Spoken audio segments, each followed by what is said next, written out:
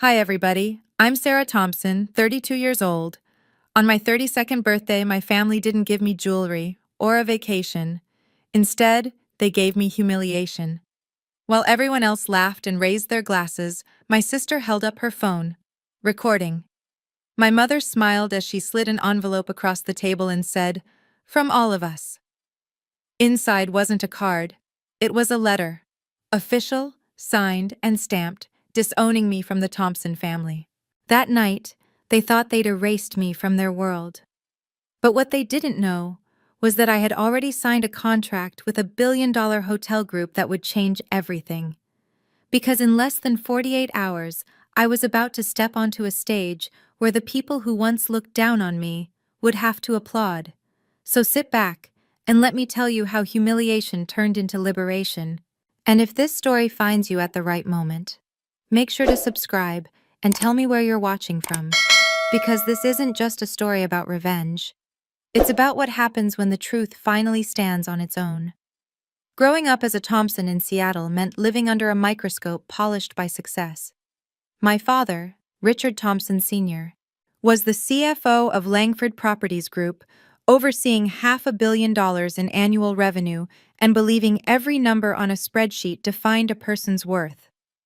My mother, Margaret Thompson, chaired the Margaret Foundation for Arts and Women, and the social pages loved her pearls, her speeches, and her perfect family photographs. And then there was Helena Thompson Reed, my older sister, lawyer, partner track at Reed and Lang Law Group, flawless smile, curated LinkedIn posts, and the golden daughter my parents bragged about at every gala.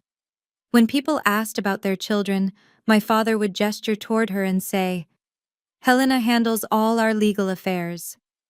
I would stand there, invisible. The other daughter, the one who worked as a hostess at Azure Restaurant, a 2 Michelin-star French fine dining spot on Lake Union. To them, I wasn't an adult with a degree in hospitality management. I was a waitress who couldn't do better. Last Thanksgiving, before the turkey even reached the table, my mother asked, "Still seating guests at that little restaurant, dear?" Her tone made it sound like I'd confessed to a crime. My father didn't look up from his phone. Helena changed the subject to her new client in Denver, and everyone laughed politely. I smiled through it, because what else could I do? That was the rule in our house. Silence keeps the peace. But peace built on humiliation has a way of rotting from the inside. At Azure, I found the one place that didn't judge me by my last name. Noah Garcia, the restaurant's general manager, used to say I had a sixth sense for reading people. He noticed how I could calm an anxious diner before they spoke, or diffuse a mistake before it became a scene. And then came the night that changed everything, the Sato incident. That evening, a reservation error left Kenji Sato, CEO of Sato Global Holdings, without a table. He was furious, ready to leave with his entire executive team. While others panicked, I approached him with both hands folded, bowed slightly, and apologized, in fluent Japanese. Not the stiff textbook kind, but the kind that carries real humility. I offered the private dining room, curated a menu inspired by his hometown in Osaka, and personally oversaw every course.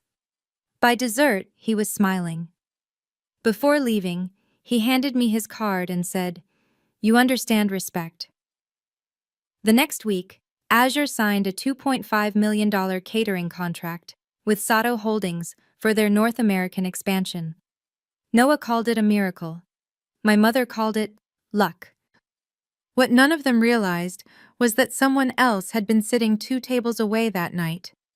Edward Langford, CEO of Crown Regency Hotels Group, a man whose empire stretched across 32 luxury hotels worldwide. And from that moment, he never forgot my name. When I mentioned the Sato contract at our next family dinner, expecting at least a spark of pride, my mother barely looked up from her salad. "Well, luck finds the right people sometimes," she said, slicing her steak as if closing a deal. My father only nodded, too absorbed in his emails to care. Helena smirked. "Still waiting tables to save the world, huh?" I forced a polite smile. Silence was safer than arguing with people who measured love in resumes. The exclusion started small, one event at a time. In January, invitations went out for my mother's annual Margaret Foundation charity gala. Mine never arrived. When I asked, she replied, "It wouldn't be appropriate, darling. Our donors expect a certain caliber of attendee." 2 nights later, Helena posted photos from the event: crystal chandeliers, champagne towers, her hand resting on our mother's shoulder. The caption read, "Proud to follow in my family's footsteps." There was no mention of me, not as a guest, not as a daughter, not even as a sister. Even family photos became curated for optics. That Christmas, the Thompson family card featured only 3 people: my parents and Helena. The photographer had been told to shoot the core family unit. I found out when my cousin texted, "Hey, are you okay? You're not in the card this year." When I confronted Helena, she rolled her eyes. "It's just branding, Sarah. Don't take it so personally. What would you even contribute? Wine pairings?" Her words stung more than I wanted to admit, but Noah noticed everything. After one particularly chaotic Friday night at Azure, he pulled me aside. "The Sato team specifically requested you for their next private dinner," he said. "You have something our industry doesn't teach: cultural empathy." I laughed it off. But he was right. I'd studied at Stanford School of Hospitality and Culture, graduating with a 3.9 GPA and a thesis on cross-cultural intelligence in luxury service. But in my family's eyes, all that mattered was the uniform I wore. Still, that email from Edward Langford changed everything. It arrived one quiet night as I was cleaning menus in the back office. Subject: regarding your exceptional service at Azure. His message was short but direct. "Ms. Thompson, I believe your talents are being underutilized. Would you consider a conversation about your future?" My hands trembled as I read it. I stared at the screen, heart racing. The man whose company owned 32 luxury hotels across the world had noticed me. Me, the invisible daughter my family mocked. It was the first time in years that I felt seen. I didn't reply immediately. Instead, I saved the email, printed it, and tucked it into my planner between my daily schedules and grocery lists. It felt like holding a secret, something fragile and powerful all at once. Because deep down, I knew this wasn't just a message about a job. But it is a door that opens to a life where they cannot define my worth simply by the last name Thompson. The weeks that followed felt like standing between 2 worlds, one that never saw me, and one that finally did. Edward Langford's email sat printed in my planner like a secret invitation to a life I didn't dare imagine. I should have felt hope. Instead, I felt restless. At Azure, I was finally respected. But every time I walked out of the restaurant, reality hit. My own family still treated me like a footnote. They never asked about my work, never mentioned the Sato contract, and when I hinted that something big might be happening, my mother just said, "Sarah, don't overestimate small favors." I began losing sleep. Some nights I'd stare at the ceiling, the city lights flickering across the walls, wondering why success felt heavier than failure. Maybe it was because part of me still wanted them to be proud, even after everything. At my annual checkup, my doctor frowned at the numbers. "Sarah, your cortisol levels are off the charts. You're burning out." He handed me a prescription I never filled and said gently, "You need boundaries." Boundaries. The word stuck with me like a splinter. In the Thompson household, love was conditional, and control came disguised as care. Every message from my mother carried criticism wrapped in politeness. Every call from Helena reminded me that she was the successful daughter. Even in love, the shadow followed. My last boyfriend left after meeting them, texting me the next morning. "You're amazing, but your family makes you doubt yourself. I can't compete with that." He was right. I'd been fighting for their approval my entire life, and losing. Then came the message that pushed me past exhaustion. "Need you to help at the foundation gala. Wear your restaurant uniform. It'll make us look relatable." My mother wrote, "No greeting, no question, just another command." When I didn't respond, another text appeared. It's the least you can do, considering we still claim you as a dependent for tax purposes. I remember staring at that message for a long time. Something inside me shifted.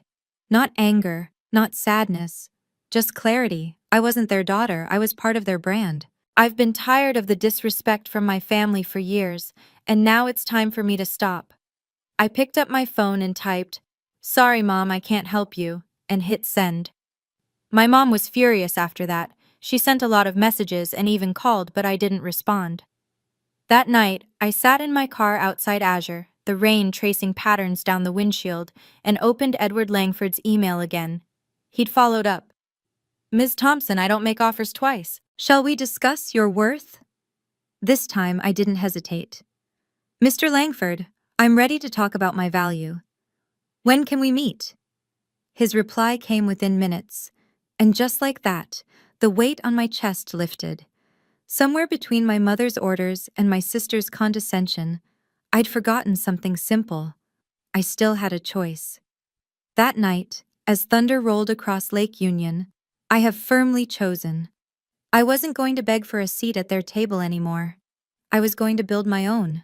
The weeks after I replied to Edward Langford's email carried a strange calm, the kind that comes before a storm.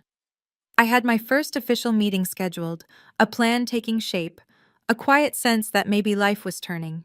But just as I began to breathe again, my family planned something special. They said it was a birthday dinner. I didn't know it would become the night that officially erased my last name. My 32nd birthday was held at Maison Lumière Bistro, a French fine dining restaurant overlooking downtown Seattle. Crystal chandeliers glittered above linen-draped tables. Violins hummed softly in the background. It wasn't a big party, just my parents, my sister Helena, and a few of their close friends from the Margaret Foundation. Still, the air felt staged, like a scene arranged for a camera. When I arrived, Helena was already recording a short clip for social media. "Family dinner for Mom's favorite girl," she joked, panning across the table. Everyone laughed, except me. My father, Richard Thompson Sr., nodded curtly without looking up from his phone. My mother, Margaret Thompson, waved with that perfect rehearsed grace. "Sit down, Sarah. We've been waiting to start." For the first 30 minutes, conversation felt like theater. They discussed Helena's new clients, my father's property deal, the foundation's upcoming gala. I smiled when necessary, spoke when spoken to. Then my mother raised her glass. "To family," she said, her voice smooth and bright.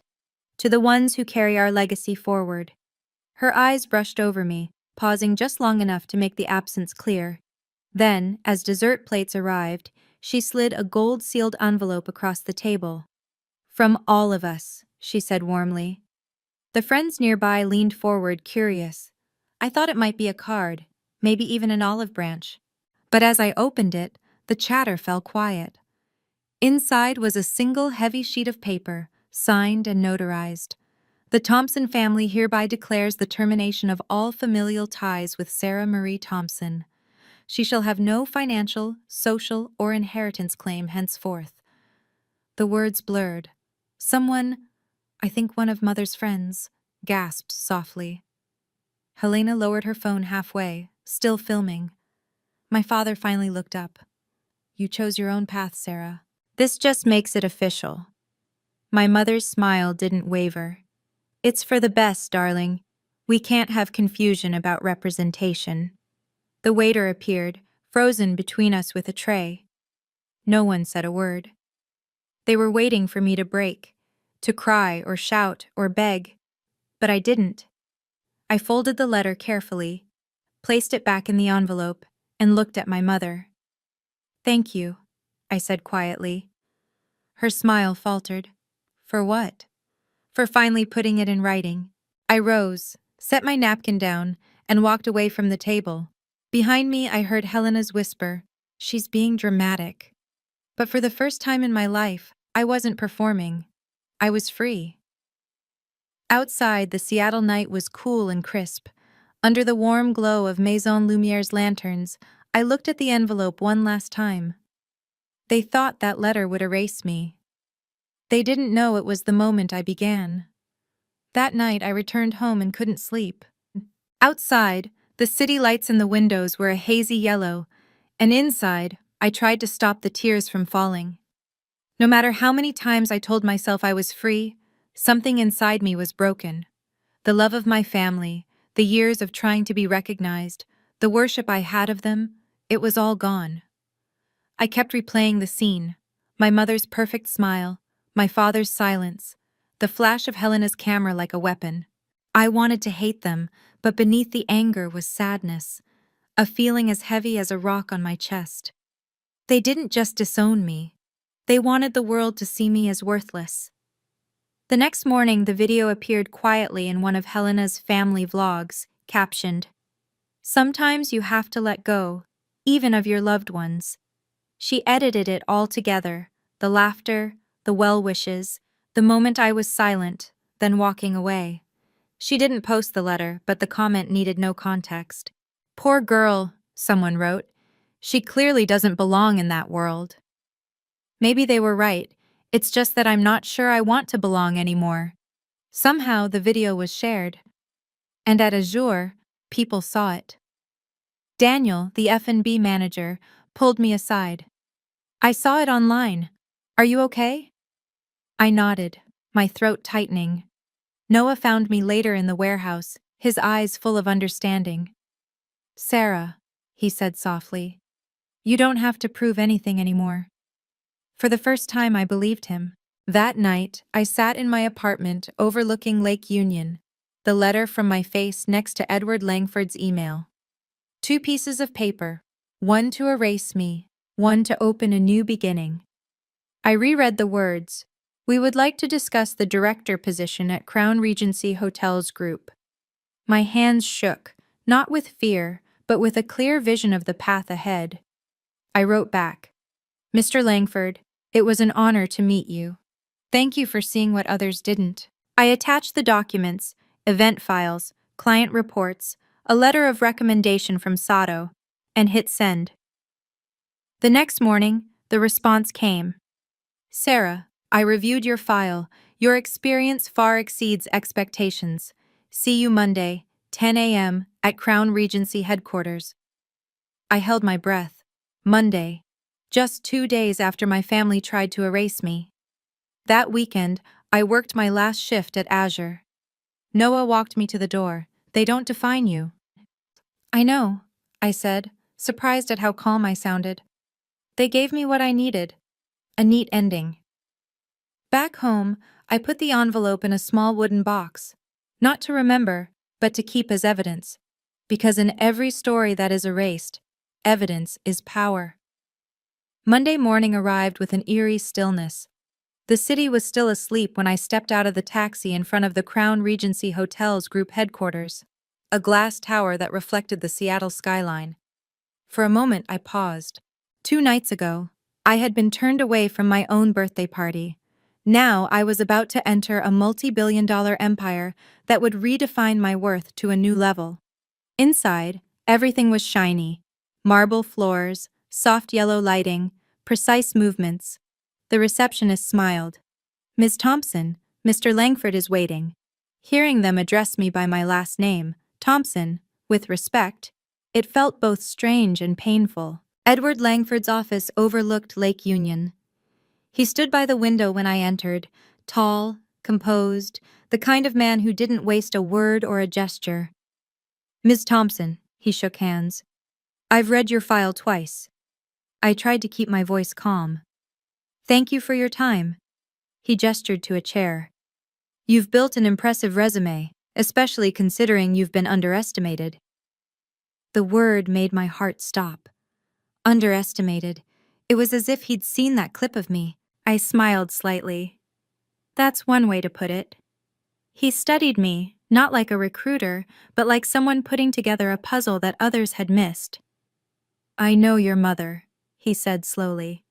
"I met her in the Margaret Fund grant program. You're not like her." I couldn't tell if that was a compliment or a challenge.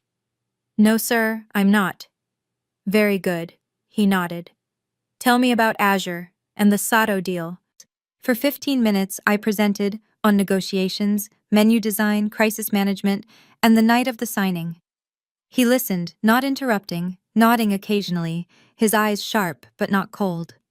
When I finished, he was silent for a moment and then said, "You handled a multi-million-dollar deal without a support team, without a word of recognition. Many people fell apart." "I don't have the privilege of falling apart," I said softly. A smile crossed his lips, the kind of smile of someone who truly understood. He stood up, walked to the window, and lowered his voice. "Miss Thompson, Crown Regency is expanding globally. We need a head of customer experience. I want you to take that position." I was speechless.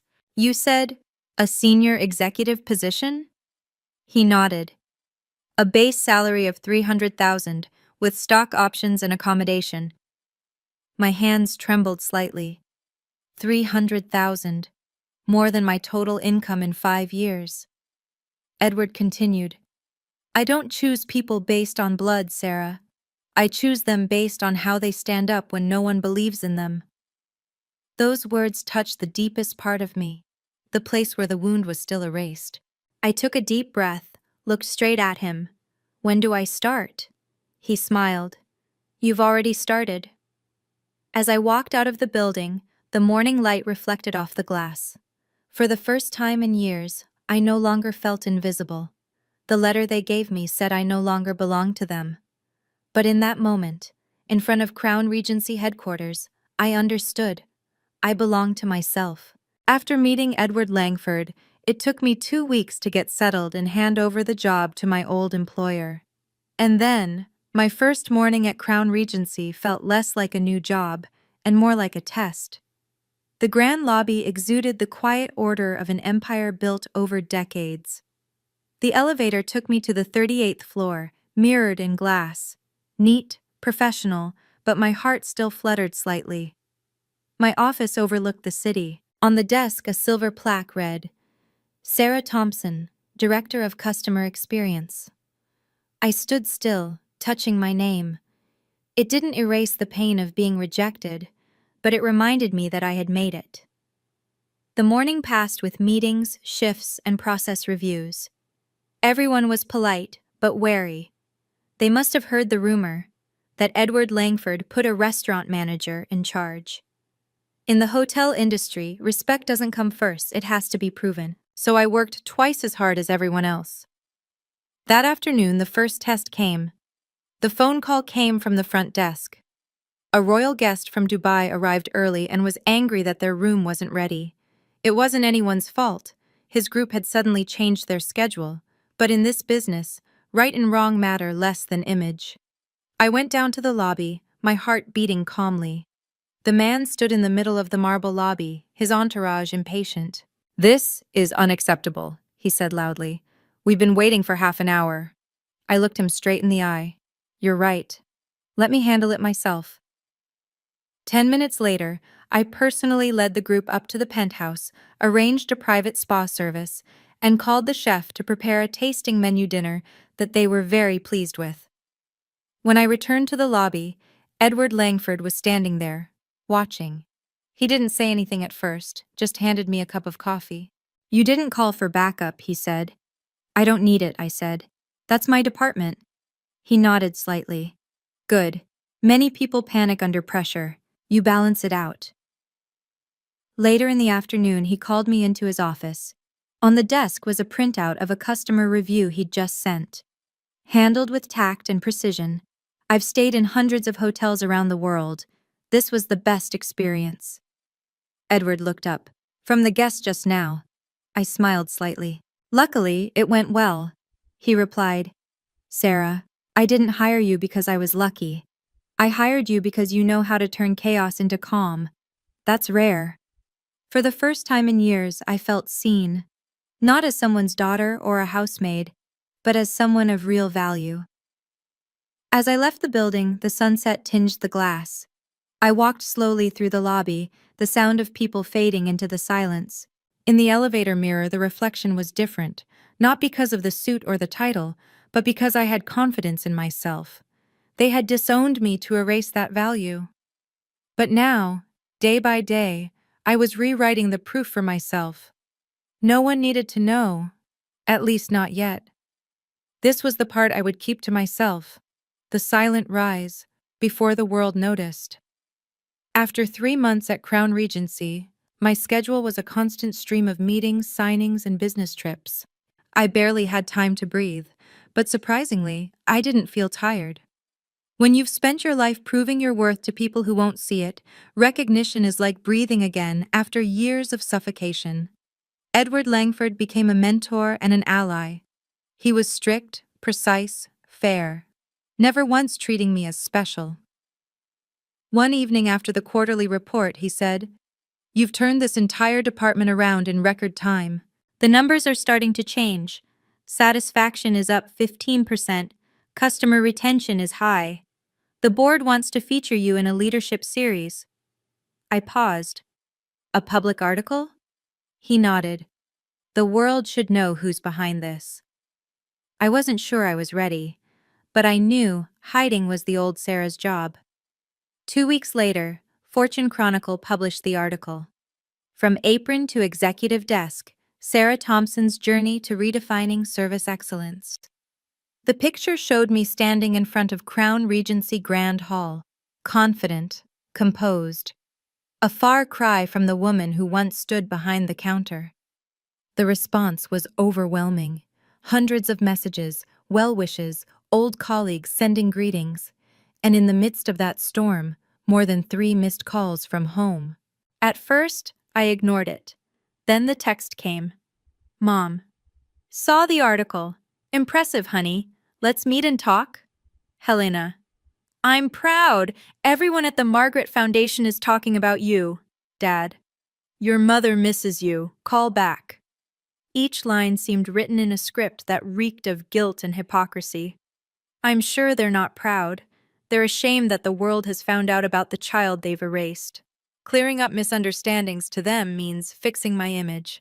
I still choose to be as silent, as cold as the birthday they erased me from the family. No calls or messages were sent back to them. That night, Edward stopped by my office while I was looking at the contract. "You seem preoccupied," he said. I smiled faintly. "The family is calling back." He nodded, his gaze knowing. "They usually do that when the lights are on." I chuckled. "That's interesting. Forgiveness is always urgent when there are cameras." He didn't say more, just replied, "You don't owe anyone your peace." The next day, a bouquet of flowers arrived at the office. White lilies. The card read, "I'm proud of you. Love, Mom." Beneath the flowers was a copy of the letter from her, laminated, with its original stamp still on it. She still had it. I stared at it for a long time, knowing it wasn't an apology. It was a warning. Don't forget who wrote the full stop. I didn't throw it away. I put it in the same wooden box as the original. Not for the memory, but for the evidence. That night, I sat by the window of my apartment overlooking Lake Union, the lights reflecting off the water. Success had changed the way the world saw me, but not the way they saw me. And maybe that was for the best. Because while they were busy playing the repentant family, I was quietly preparing for the day the truth would be revealed, line by line, word by word, without missing a single detail. In the weeks that followed the article, I lived between two worlds.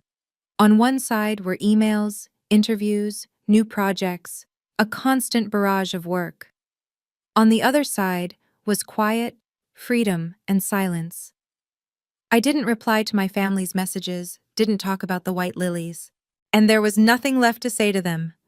I focused all my energy on work. Crown Regency was entering its peak season, winter quarter, when international clients rent out the entire hall for private galas. Edward wanted every event to be perfect, and I intended to make it happen. One afternoon, he stopped by the office with a file. "Sarah," he said, "the annual charity event is coming up in 6 weeks. I want you to take care of it." I looked up. "Everything?" "Everything," he nodded. "Guest management, design, process, let's make it ours." It was the biggest event of the year, a gathering of politicians, CEOs, and top charities. And I knew, if I did it right, It would define my entire career. In the days that followed, I barely left the building. With my team, I went over every detail: fresh flowers, music, program script, everything. Perfection was no longer an ambition, it was a shield. Then, late one evening, an email appeared in my inbox. Subject: Confirmed guest list. Crown Regency Annual Charity Gala. I opened the file, scrolled through dozens of familiar names, until two lines made my heart stop. Margaret Thompson, President of the Margaret Foundation for Arts and Women. Helena Thompson Reed, Legal Counsel, Reed and Lang Law Group. I stared at the screen for a long time. And so the circle was closed. The very people who had filmed me being humiliated were now attending the gala I was running. My first instinct was to ask Edward to let someone else have the event. But then I remembered his words. Make it impossible for them to replace you. Maybe this was the way. The following weeks passed like a whirlwind in which I was caught up.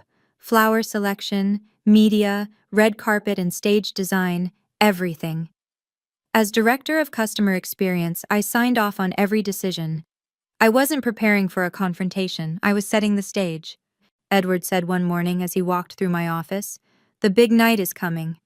I know, I smiled. He nodded. You've won, Sarah. The rest is just confirmation. 2 days before the gala, Kenji Sato arrived from Tokyo. He shook my hand, his eyes keen. I hear this will be unforgettable, he said.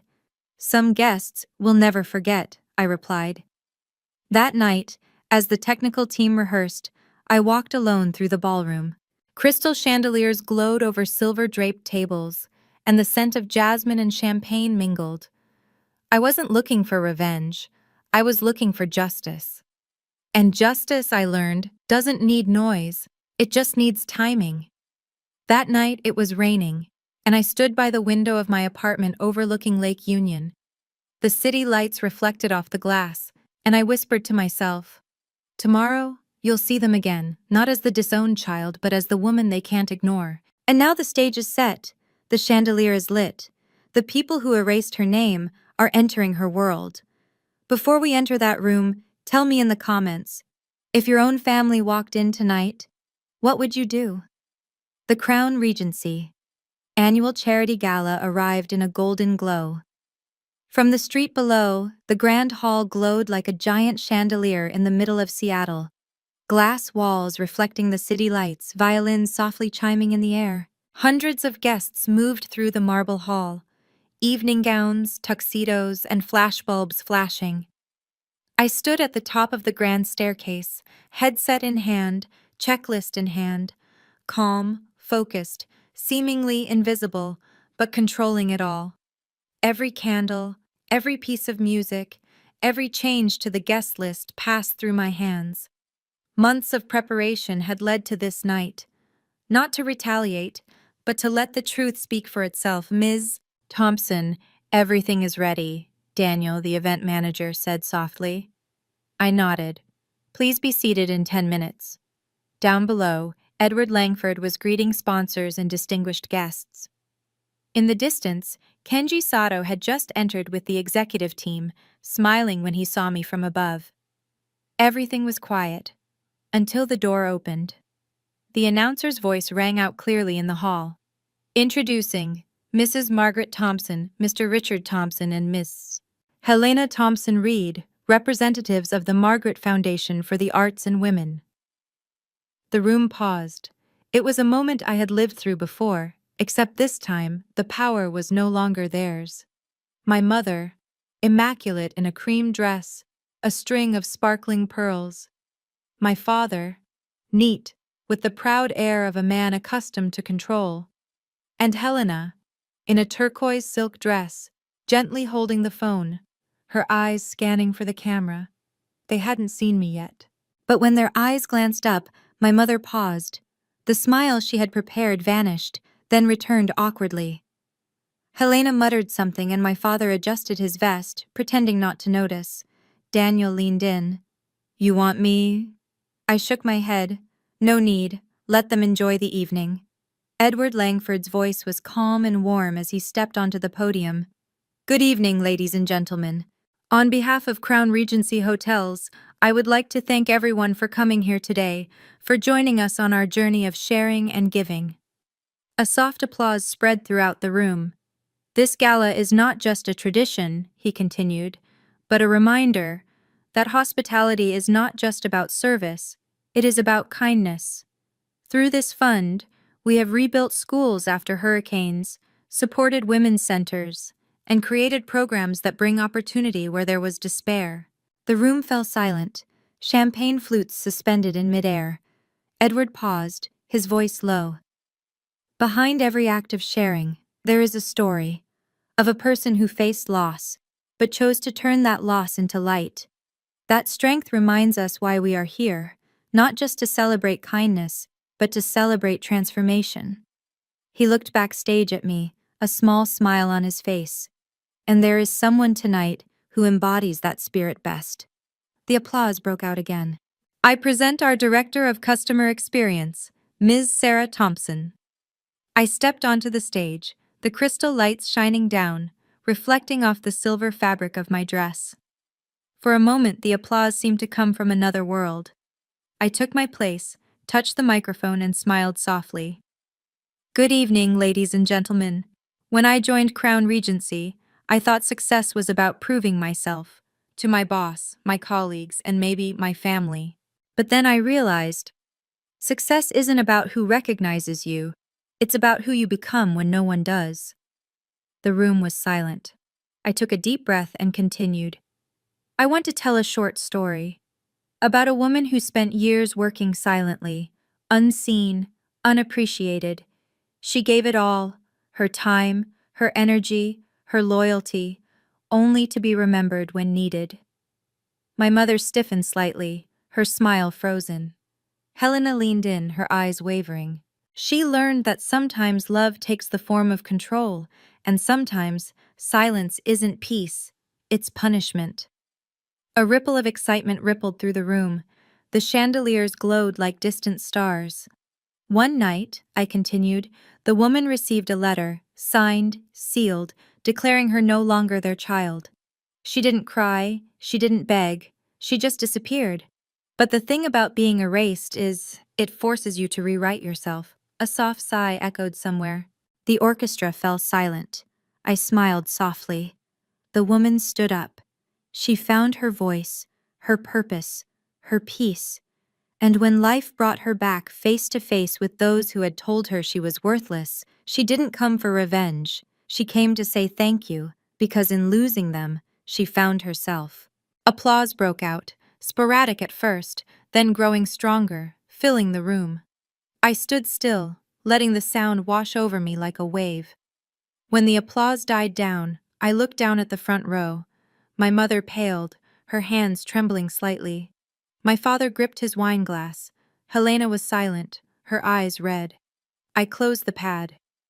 To all those who have ever been underestimated, turn your pain into purpose, your silence into strength, and your truth into light. Thank you. The audience rose. The applause echoed back, thunderous.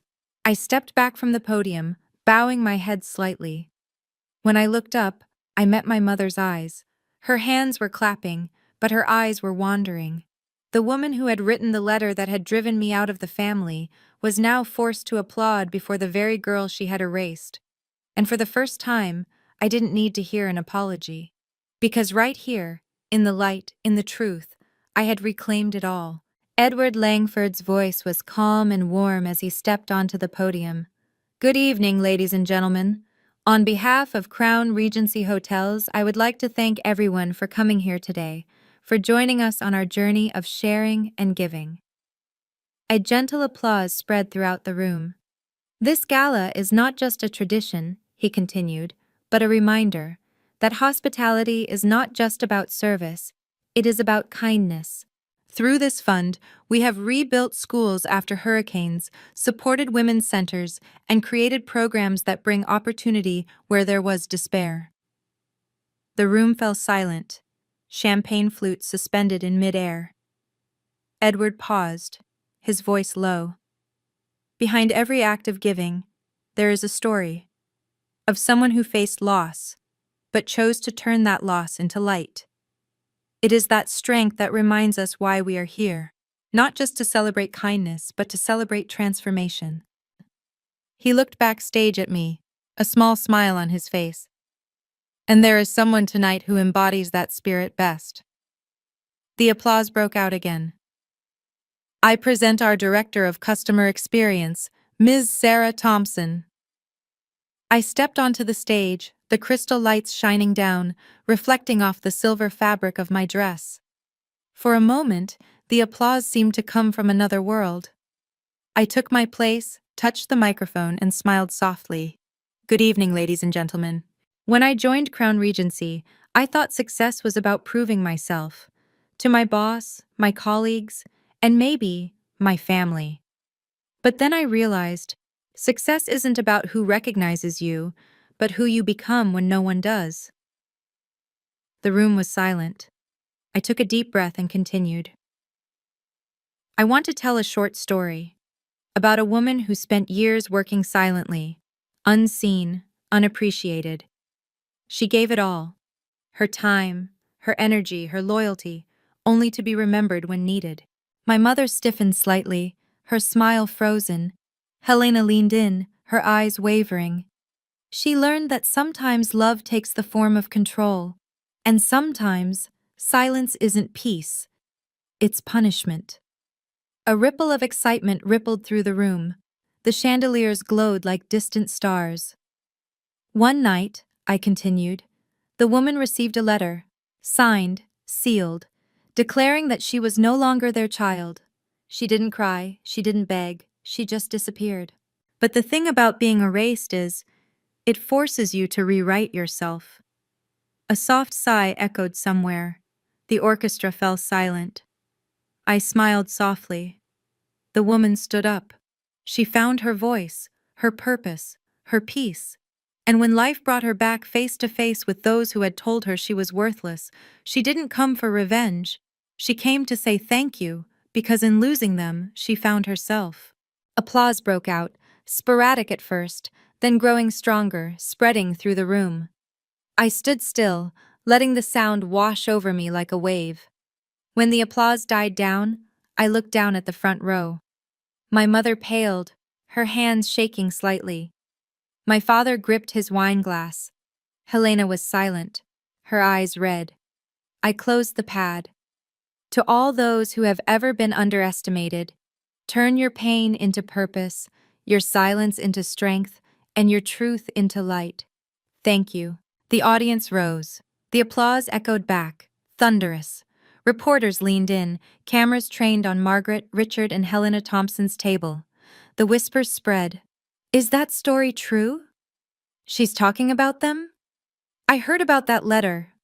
A reporter from the Seattle Herald-Journal raised his microphone. Mrs. Thompson, is it true that your foundation ever issued an official statement from your daughter's face? The room erupted. Margaret's smile froze. Helena whispered, "Don't answer." But it was too late. Another person asked, "Miss Helena, as a lawyer, did you sign that document?" The flash was like thunder. Richard jumped up. "This is a family matter." A guest said quietly, "Then you shouldn't have made it a public document." Phones were raised. The hashtag Crown Regency Gala was spreading across the internet. Edward Langford stepped out. "Ladies and gentlemen, please remember this is a charity fundraiser." But the public opinion was already out of control. Kenji Sato raised his glass to Sarah. "To the truth." Her mother paled. A donor to the Margaret Foundation whispered, "If they treat their own children like that, I withdraw my sponsorship." In a few minutes, the whispers turned into decisions. Sarah stood still. She didn't need to speak. The truth spoke for itself. Helena pulled her mother's hand. "Let's go." Margaret bit her lip. "No, everyone is watching." But the crowd parted automatically, letting them quietly leave the hall. The cameras followed. "Anyone have any comments?" No one answered. Edward whispered to Sarah, "You didn't destroy them. You just let the truth do it." The next morning, the headlines were all over. From becoming a face to a symbol of power and justice. The Margaret Fund lost $22 million after the gala night. Langford Properties under audit. And the name Sarah Thompson became the new symbol of Crown Regency, the woman who made the world rethink the concept of family and worth. The morning after the gala, the smell of rain and the sensational news filled the air. All the TV channels were playing the same clip. My speech, the long silence that followed, and Mom's stony face, Dad's red face, Helena's awkwardness under the chandelier. Someone even edited the clip of me being disowned by my family at my birthday party and combined it with the clip of me speaking at the gala and shared it on social media, where it went viral. At 10 a.m., I walked into the Crown Regency office. Edward Langford and Kenji Sato were waiting with a stack of newspapers. Edward looked up. "Your speech got 23 million views overnight." Kenji added quietly, "And the Margaret Fund lost 40% of its donations before breakfast." I didn't smile. "I never wanted them to be ruined," I said. "I just wanted the truth to come out." Edward nodded. "That's why people believe in you." He handed me an envelope. "The board approved your scholarship this morning. We'll launch it tonight." The name on the letterhead stopped me. Thompson Endowment for Integrity and Hospitality. Even their last names sounded different now, washed with meaning. A few afternoons later, my parents came to see me in the Grand Hall without an appointment. All three of them, Margaret, Richard, and Helena. There was no more glamour, no more pride, only exhaustion. "I didn't expect it to be exposed," she hesitated, speaking first. "Mom signed that letter, and whether it was in front of a camera or not, it was the truth," I replied. "We just wanted to save face," my father whispered. "And I just wanted to keep my dignity," I said softly. Helena was tearful. "I lost my job. And I lost my family a long time ago," I said. The atmosphere was heavy but not angry. My mother looked down. "I don't deserve forgiveness." I nodded. "I just hope you find the peace you took from me." I took the laminated letter and handed it back to them. "It doesn't hurt me anymore. It's just proof that I've gotten up." "Why are you so calm?" Helena asked. "Because anger was my home for so long," I smiled. "And today I'm out of there." I walked away, not victorious, just free. One evening 3 weeks later, the Grand Hall lit up again, but this time not to witness a collapse, but a beginning. The crystal lights reflected off the young faces and hopeful eyes of dozens of students. There were no more whispers or judgmental looks, only a steady clap of applause, real, warm, and willing. I stepped up to the podium, touched the microphone lightly, and my voice echoed through the auditorium. This scholarship fund is not born of regret. It is born of rebirth. For those who have been looked down upon, who have been denied, but still choose to stand up and believe in their own worth. In the crowd, a reporter from Fortune Chronicle asked, "After all you have been through, what does freedom mean to you?" I smiled, not the smile of victory, but of someone who has found peace. "Freedom," I said, "is not when you hear them apologize. It's when you don't need to hear them anymore." The room fell silent. Then the applause rang out again, soft but long, like a farewell to the past. The next morning, Fortune Chronicle published the article, "Sarah Thompson, the woman who turned hurt into honor." She wasn't revenge, she was just rewriting the concept of self-worth. In the following days, the scholarship fund received hundreds of letters from all over. Students who told of their journeys of being overlooked, undervalued, but still choosing to keep going.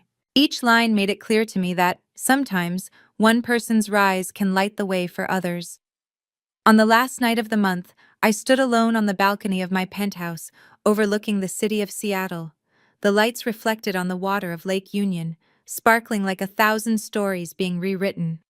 For years, I begged to belong to a family that didn't see me.